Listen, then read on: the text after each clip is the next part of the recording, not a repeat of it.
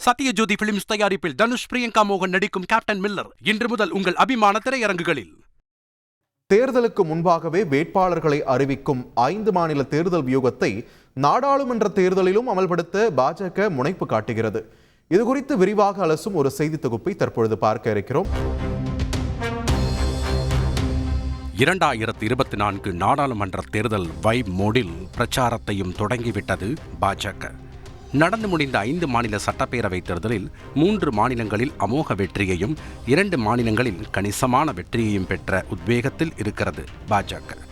அதே உத்வேகத்தில் நாடாளுமன்ற தேர்தலுக்கும் தயாராகி வரும் பாஜக 50% அதிகமான வாக்கை பெறுவதோடு 400க்கும் அதிகமான தொகுதிகளில் வெல்வதை டார்கெட்டாக கொண்டிருக்கிறது.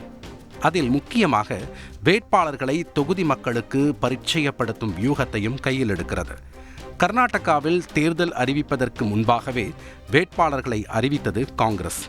அதேபோல் நடந்து முடிந்த 5 மாநில தேர்தல்களிலும் தேர்தல் அறிவிப்பு வெளியாவதற்கு முன்பாகவே வேட்பாளர்களை அறிவித்தது பாஜக. கைமேல் பலனாக 3 மாநிலங்களில் பெரும்பான்மை பெற்றது பாஜக. இப்போது அதே வியூகப்படி பிப்ரவரி மாதமே வேட்பாளர்களை அறிவிக்க பாஜக திட்டமிட்டுள்ளது என தகவல்கள் தெரிவிக்கின்றன. கடந்த 2019 நாடாளுமன்ற தேர்தலில் 436 தொகுதிகளில் போட்டியிட்ட பாஜக 303 தொகுதிகளில் வென்றது. 133 தொகுதிகளில் தோல்வியை தழுவியது.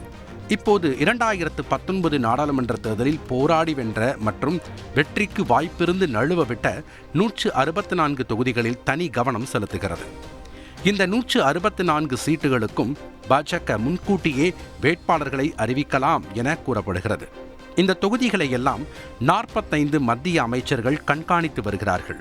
இந்த தொகுதிகளில் தமிழகத்தில் ராமநாதபுரம், சிவகங்கை, வேலூர், கன்னியாகுமரி, தென் சென்னை தொகுதிகளும் இடம்பெற்றிருப்பதாகவும் தெரிகிறது. 2019 தேர்தலை ஒப்பிடும்போது தேசிய ஜனநாயக கூட்டணியில் கூட்டணி கட்சிகள் எண்ணிக்கை குறைந்துவிட்டது. பஞ்சாபில் அகாலிதளம் பாஜக கூட்டணியில் இல்லை.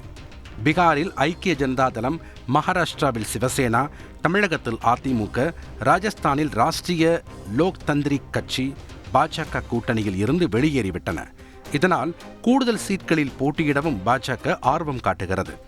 தேர்தல் நேரத்தில் சொந்த கட்சியில் சீட் கிடைக்காதோர் மாற்றுக் கட்சிக்கு ஓடுவது வழக்கம். இந்த சூழலில் பிற கட்சிகளின் எம்பிக்களை, அதுவும் தொகுதியில் செல்வாக்கு கொண்ட எம்பிக்களை இழுக்க பாஜக குழுவை அமைத்திருப்பதாகவும் செய்தி வெளியாகி இருக்கிறது. விரைவில் பாஜகவின் பிரம்மாண்ட பிரச்சார கூட்டமும் களை கட்டும் என எதிர்பார்க்கப்படுகிறது. சத்யஜோதி பிலிம்ஸ் தயாரிப்பில் தனுஷ் பிரியங்கா மோகன் நடிக்கும் கேப்டன் மில்லர் இன்று முதல் உங்கள் அபிமான திரையரங்குகளில்.